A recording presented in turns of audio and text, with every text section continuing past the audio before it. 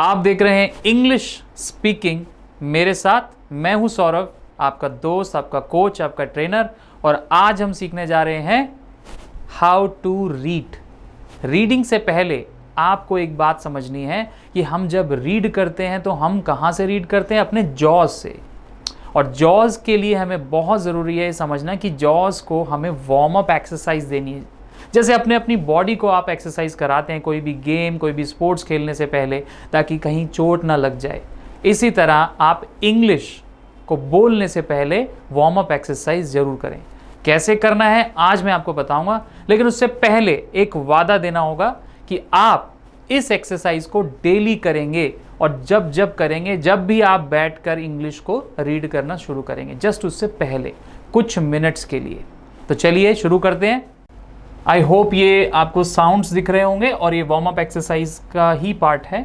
Sounds यानी कि जो साउंड एग्जैक्टली आपके जॉज को स्ट्रेच करके निकलना चाहिए, वो आवाज़ आपके जबड़ों में से आनी चाहिए। जबड़े जब स्ट्रेच होंगे तभी इंग्लिश आसानी से बोली जाएगी।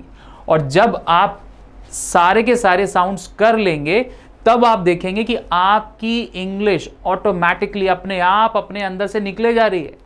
और वो कैसे निकल रही है? क्योंकि आपके जॉज खुल चुके होंगे तब तक। जॉज का खुलना एक जैसे आप एक नई गाड़ी लेकर आते हैं, पहले बहुत धीरे धीरे चलाते हैं, लेकिन जब गाड़ी रवा हो जाती है, एक बार गाड़ी स्पीड में आ जाती है, तब जाके उसके सारे इंजन्स और सारे के सारे उसके पुर्जों में जान डलती है और गाड़ी बहुत मस्त होकर चलती है। इसी तरीके से आपको जब इंग्लिश बोलनी है तो इंग्लिश तभी आप बोल पाएंगे जब आपके जॉज, आपके मुंह उस चीज़ के लिए रेडी होगा और आप ऑटोमेटिकली इंग्लिश बोल पाएंगे, क्योंकि आप उसकी प्रैक्टिस कर लेंगे। So let's start and you will see the difference. So warm up exercise sound शुरू करते हैं हम पहले साउंड से, जो है AW साउंड, जिसे हम कहते हैं ओ साउंड। तो ये साउंड कैसे बोला जाएगा? ओ साउंड। तो माउथ फॉर्मेशन सिर्फ सिंपल होनी चाहिए। आप जैसे कभी किसी को देख के कहते हैं ओ, सो ये वही ओ है, बस आपका ये जबड़ा जो नीचे वाला जॉ है नीचे जाएगा। ओ साउंड। अब ओ तो आपने बोल दिया, लेकिन इसकी प्रैक्टिस करने के लिए छोटे छोटे सफिक्स लगा दीजिए, जैसे MD, LD, PT, LZ, BD, इस तरीके से। बोर्ड पे कुछ मैंने सफिक्स लगाए हैं, चलिए देखते हैं। सो ओ, जो फर्स्ट साउंड ओ आ रहा है, इसके साथ हम MD लगाएंगे तो आवाज आएगी ओम्ड, ऑल्स, ऑप्ट, ऑग्ड, ऑब्ड। तो ये हो गया हमारा ओ साउंड। अब नेक्स्ट साउंड आ रहा है जिसे कहते हैं आ साउंड। सिंपल, आपको माउथ को खुल के पूरा खोलना है, मुंह को। आ साउंड, जैसे आप गोलगप्पे खाते हैं ना, तो जब मुंह खुलता है तो आपका मुंह बड़ा हो जाता है, क्योंकि गोलगप्पा बड़ा है। इसी तरीके से ये साउंड भी हमारा बड़ा है। आ साउंड, आ साउंड। सो देखते हैं जब हम इसमें सफिक्स लगाएंगे तो कैसा साउंड आएगा। आ के साथ जब हमने MD लगाया तो ये बन गया आर्म्ड। मैं आपके लिए लिख भी देता हूं यहां पे साथ साथ। LZ, Z को हम Z बोलते हैं। आल्स, पूरा मुंह खोल के बोलना है आपको, आल्स। इसी तरीके से आप्ट, इसी तरीके से आग्ड, और इसी तरीके से BD को भी जोड़ देंगे तो बनेगा आब्ड। Next sound is O sound. अब थोड़ा ओ में और ओ में हमेशा कंफ्यूजन रहता है, तो उस कंफ्यूजन को दूर करने के लिए सिर्फ इतना समझिए, जब हम ओ करते हैं तो वो ओ ही साउंड आएगा।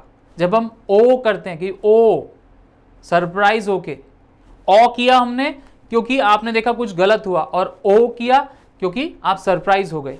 सो फिर ओ साउंड जो निकलेगा, सिंपली आपके लिप्स एक ओवल शेप बनाएंगे, आपके लिप्स ओवल शेप बनाएंगे, तभी वो साउंड आएगा ओ।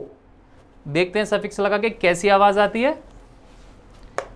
ओ MD ओम्ड, ओ LZ ओल्स, ओ PT ओप्ट, ओ GD ओग्ड, ओ BD ओब्ड। ये था ओ साउंड। अब हम करेंगे I sound. So I sound तो सिंपल है, AY, आई। आपको थोड़ा माउथ को वर्टिकल ओपन करना है, आई, आई।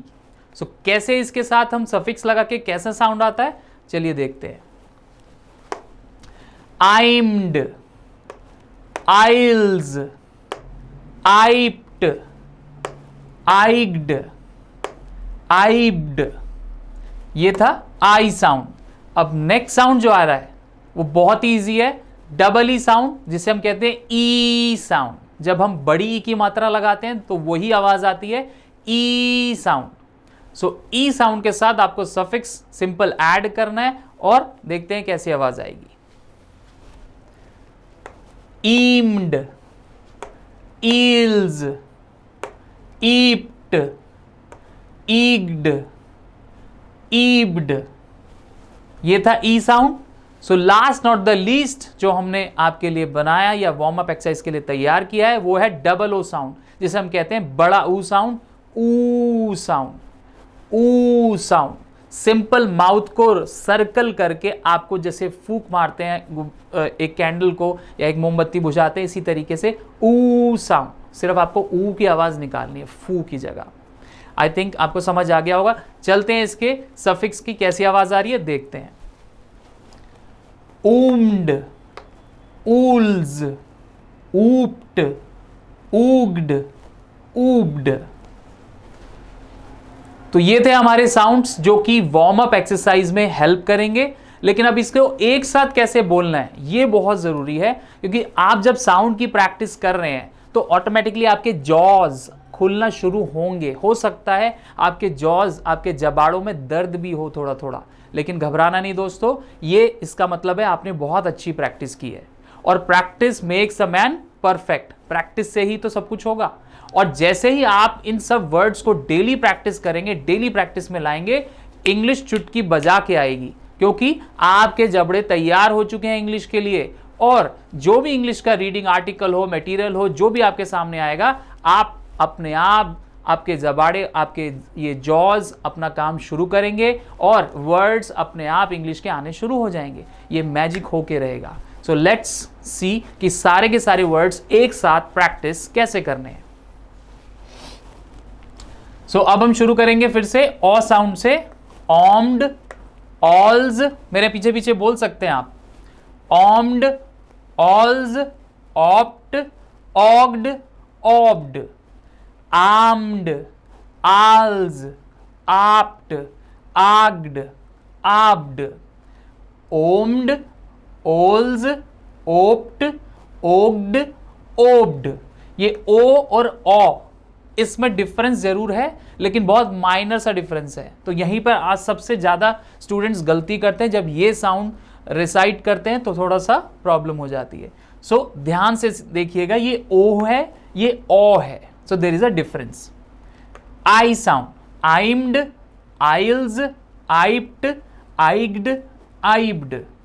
E sound, eamed, eels, eaped, eaged, eabed. Oo sound, oomed, ools, ooped, ooged, ooped. अब ये थे सारे साउंड्स। लेकिन कई बार ऐसा होता है कि आप रीडिंग तो कर रहे हैं लेकिन आपके पास समय नहीं है, आप बहुत जल्दी में हैं, आपकी मीटिंग है, आपको इंटरव्यू देना है, आपका कुछ और अर्जेंट काम है इंग्लिश के अंदर, तो आप क्या करेंगे? इस केस में कुछ नहीं करना, आप एक छोटा सा एक माउथ की एक्सरसाइज में और बता रहा हूं आपको। शॉर्टकट जरूर है लेकिन ये आपको हर बार नहीं चलेगा, ये सिर्फ इमरजेंसी में आपके लिए, जैसे कहते हैं ना इमरजेंसी में एक रामबाण इलाज या कोई ऐसी दवा जो फटाफट आपको असर करेगी, तो मैं वो बता देता हूं। सुनने के लिए तैयार हैं? ओके, ये है swish swash, swish swash, swish swash.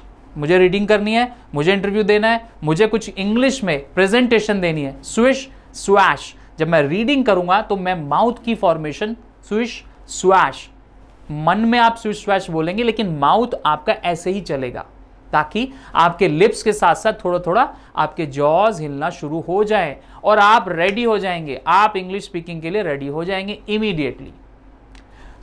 मैं आशा करता हूं आप सभी से कि आप ये सारी एक्सरसाइज पूरे मन से, दिल से करेंगे और इस एक्सरसाइज को एक दिन करके नहीं छोड़ देना है।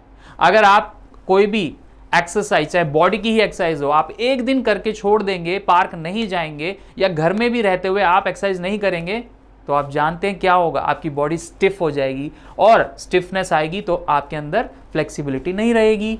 और इसी तरीके से इंग्लिश में फ्लेक्सिबिलिटी चाहिए, वर्ड्स अपने आप आए, वो मैजिक हो, उसके लिए आप ये एक्सरसाइज ज़रूर करें, क्योंकि इंग्लिश हमारी मातृभाषा नहीं है, हिंदी हमारी मातृभाषा है और हिंदी बोली जाती है लिप्स के द्वारा, लेकिन इंग्लिश बोली जाती है हमारे जबड़ों के द्वारा, जबाड़ों के द्वारा, यानी जॉज के द्वारा। सो आप ये एक्सरसाइज करिए और रिलीजियसली फॉलो करिए, आप देखेंगे इंग्लिश आपके लिए बच्चों का खेल हो जाएगा। सो आशा करता हूं ये सेशन आपको बहुत मजेदार लगा होगा और इस वार्म अप एक्सरसाइज से ही आपकी इंग्लिश की शुरुआत है। आपके जॉज जितनी जल्दी इस वार्म अप एक्सरसाइज के थ्रू इंग्लिश की पकड़ स्ट्रॉन्ग करेंगे, उतनी ही जल्दी आप इंग्लिश बोलने लग जाएंगे। ये मैजिक होके रहेगा, आप देखिएगा। और ये भी याद रखिएगा कि इंग्लिश की जो रीडिंग की डोज मैंने दी है, जिस तरीके से दी है, बाकी सारी वीडियोस को आपको डेली देखना है, प्लस जो ग्रामर की क्लासेस दूसरे सेक्शन में चल रही हैं, आप आई बटन पर क्लिक करके वहां तक पहुंच सकते हैं। Till then, do share this channel and subscribe it if you have not done. Secondly, आप प्रैक्टिस करते रहें, मैं आपके लिए नई नई वीडियोस लाता रहूंगा इसी तरीके से। Thank you. Hello viewers,